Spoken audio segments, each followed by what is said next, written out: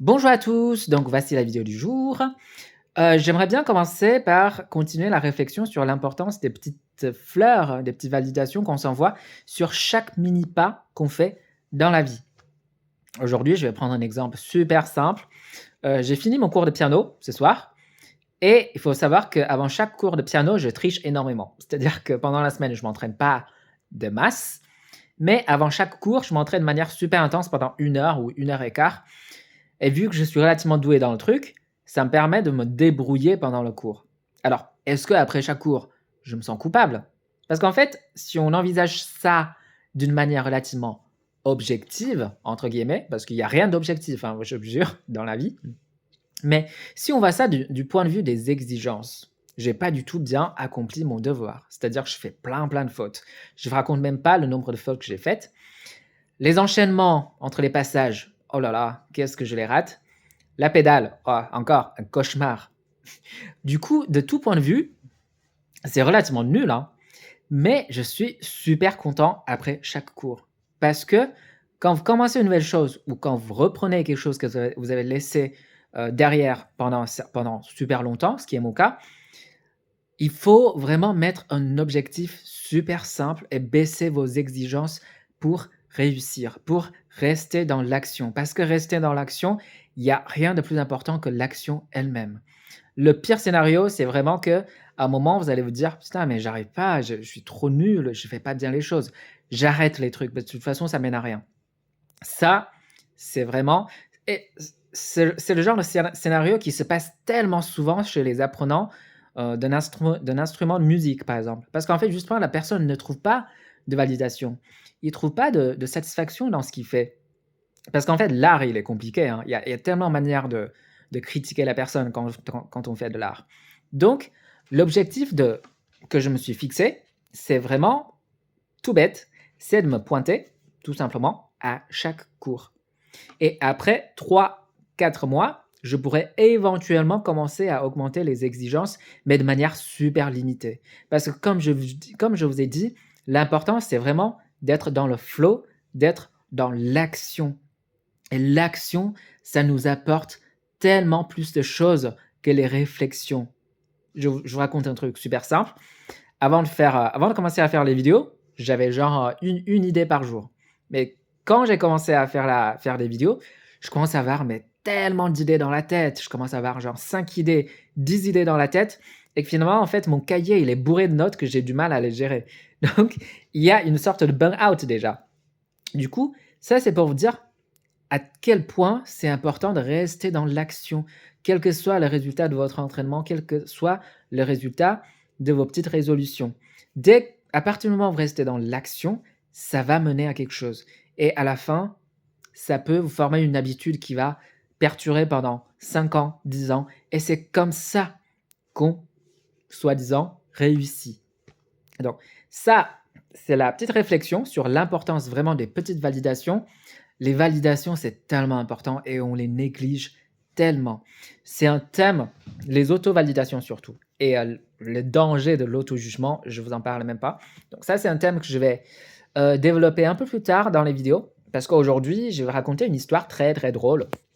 Parce qu'en fait, une fois, j'ai fait une vidéo sur l'importance de la toxicité de l'indépendance quand on est petit, quand on pense les enfants trop tôt à l'indépendance, que ce soit par volonté ou par choix. Parce qu'on peut avoir plein de raisons, hein, plein de bonnes raisons, les unes plus valorisantes que les autres, de pousser les enfants à l'indépendance. Parce que dans la société, il y a cette tendance et ça sert de prétexte parfait pour les parents qui n'ont pas de temps, pour les parents qui se croient euh, connaître la vie, pour les parents qui éduquent les enfants à la dure, un peu comme les militaires. Donc aujourd'hui, j'aimerais bien développer une idée sur comme quoi l'indépendance est un processus naturel. Et tellement naturel qu'en fait, vous allez avoir du mal à empêcher les enfants à être indépendants. Donc l'histoire, elle est très simple. C'est-à-dire quand j'étais à la fac, euh, j'avais un camarade dans le même dortoir, parce qu'en Chine, en fait, on était souvent 4 ou 8 dans le même dortoir. Il y avait un camarade qui fait chier tout le monde, parce qu'en fait, il passe tous les jours 2 heures au téléphone avec sa mère. Mais tous les jours. Et vu que parfois, il rentre pas le week-end, c'est-à-dire on doit souffrir de ces conversations avec sa mère, heu, H24 enfin H24, 7 jours sur 7. Et ça s'est arrêté jusqu'à un moment où le mec, il a eu une opportunité de gérer une sortie de classe. Donc c'était une sortie un peu théâtrale. On est sortis voir une pièce de théâtre et par chance, c'était lui qui, se chargeait de l'organisation. Et vous savez quoi? Après cette organisation de sortie, il a ressenti un pouvoir tellement gigantesque, tellement nouveau, tellement valorisant que il a appelé sa mère devant tout le monde et il lui a dit: «Vous savez quoi? Tu sais quoi? À partir d'aujourd'hui, on va arrêter de s'appeler tous les jours. On va peut-être s'appeler une fois par semaine» et vous savez quoi? Dans 2 semaines, il a carrément arrêté définitivement d'appeler sa mère. Alors qu'avant, il l'appelait tous les jours. Ça veut dire quoi en fait? C'est-à-dire que quand vous avez reçu, surtout quand vous étiez enfant, quand vous avez reçu beaucoup d'amour, beaucoup de soutien, mais énormément de soutien de la part de la famille, vous allez être prêt à être indépendant et vous allez avoir cette attirance, mais tellement naturelle pour l'indépendance. Hem, Parce que la quantité d'amour que vous avez reçu, vous a fourni un environnement tellement sécurisant que ça vous donne envie, ça vous tente tellement de tenter de nouvelles expériences, de prendre en charge votre vie et d'aller faire la rencontre d'autres personnes qui sont pas membres de la famille. C'est-à-dire que plus vous donnez d'amour à vos enfants, en fait, plus tard, vous allez avoir du mal à, les retenir de vos côtés. C'est un peu mon cas aussi. Mais disons que moi, je trouve que c'est vraiment magique dans le sens où, en fait, c'est un peu l'ironie du sort, hein. C'est-à-dire que plus vous donnez l'amour à vos enfants, moins il devient dépendant et plus il aura tendance à partir parce qu'il ne craint rien. Parce qu'il sait que derrière lui, il y a toujours les parents qui vont ramasser les bêtises, qui vont rattraper les bêtises qu'ils ont faites. Donc, c'est quoi la conséquence de pousser les enfants trop tôt à l'indépendance? C'est-à-dire que l'ironie du sort, c'est aussi qu'ils vont devenir dépendants. Alors, c'est quelque chose qui est assez facile à comprendre. Je vais vous donner un exemple sur les styles d'attachement. Je ne sais pas si vous avez déjà entendu ce genre de théorie. En fait, dans les relations, il y a plusieurs types ou plusieurs styles d'attachement, dont 2 qui sont particulièrement problématiques. Le premier, c'est ce qu'on appelle les profils anxieux, c'est-à-dire qu'en fait, la personne se sent hyper anxieuse dès que l'autre personne ou dès que son partenaire ou sa partenaire n'est plus présent. Il va les harceler, il va lui envoyer des messages, mais vraiment pour insister, pour savoir où il est, comment il va, est-ce qu'il a fait quelque chose de mal, etc., etc., etc. Donc en fait, c'est ce qu'on appelle un peu des dépendants affectifs. Et de l'autre côté, il y a des évitants. Et c'est quoi les évitants en fait? Les évitants, c'est les personnes qui sont dépendants de l'indépendance. Ça veut dire quoi? Ça veut dire qu'en fait, les évitants, souvent, ils ont peur d'établir des liens proches, intimes, et ce, même avec son partenaire.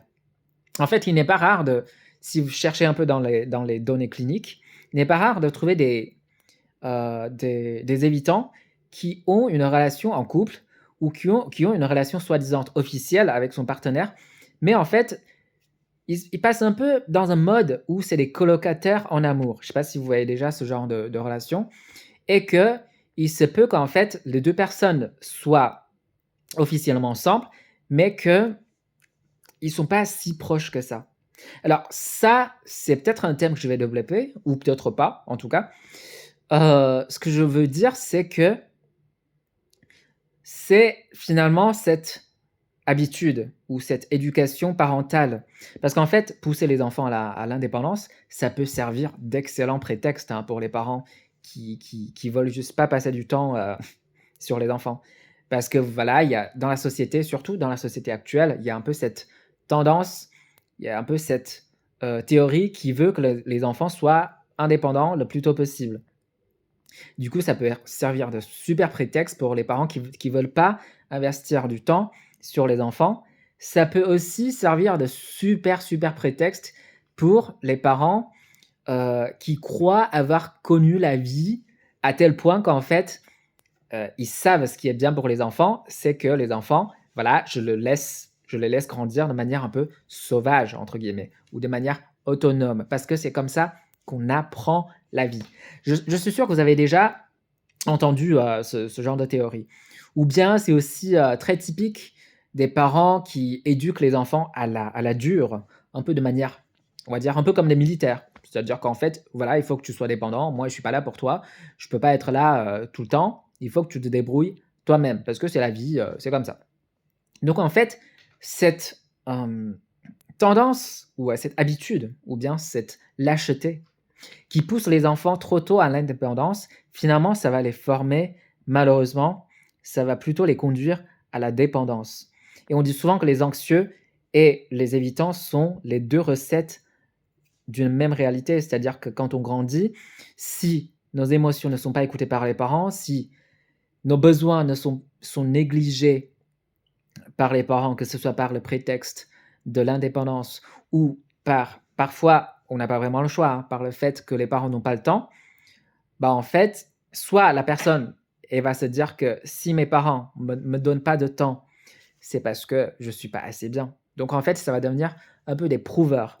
Ça, c'est un peu les anxieux, c'est-à-dire ils sont toujours là pour essayer d'avoir l'attention de l'autre. Soit en fait, les enfants, ils vont se dire que: «Waouh, finalement la proximité, les liens proches avec les parents, ça me fait tellement mal parce que j'ai envie d'être proche de mes parents, mais ils m'écoutent pas, ils sont jamais là, ils sont pas présents.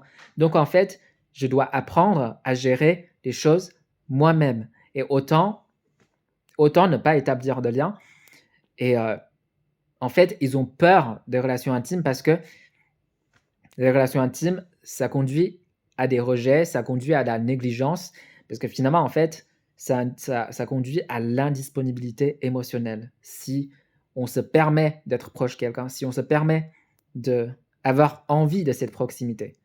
Donc, je pense avoir, trop développé sur cette chose, alors qu'à la base, je voulais juste raconter une histoire rigolote pour vous dire que l'indépendance, c'est vraiment quelque chose de hyper naturel et je pense qu'on a tous vécu ça, hein, c'est-à-dire pendant la période, d'adolescent, franchement, je pense que tout le monde a eu marre de ses parents. Tout le monde a eu envie de partir vivre tout seul en dehors de la famille. Tout le monde a eu envie de, voilà, de d'arrêter d'appeler ou de recevoir les appels de ses parents, tout simplement. Jusqu'à un point où on se rend compte à quel point c'est important.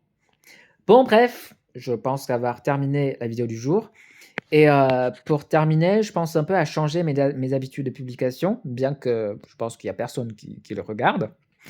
Je pense à uploader les vidéos plutôt, pendant la matinée et faire des vidéos aussi parce que le soir, je suis vraiment super inspiré sur le plan musical et je trouve que le soir, c'est un temps, extrêmement propice à la création artistique ou bien à l'entraînement, musical, tout simplement.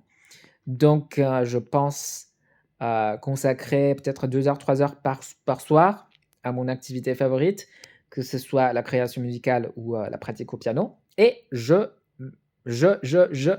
remets la création des vidéos peut-être, à la matinée. Donc comme vous pouvez constater aujourd'hui dans la vidéo, j'ai fait tellement de fautes, mais j'ai eu des hiatus, tellement de fois. C'est pas des hiatus d'ailleurs, mais bon, je retrouve plus le mot. Mais je suis quand même super content parce que comme j'ai dit, l'important c'est de rester dans l'action, de rester dans le flow et voilà, rien que le seul fait d'avoir pu faire cette vidéo et d'avoir uploadé cette vidéo, c'est déjà un exploit énorme. Alors, sur cette petite note positive, je vous souhaite une excellente fin de soirée et peut-être dormez bien dans 1 ou 2 heures selon les habitudes. Allez, ciao, ciao, bye!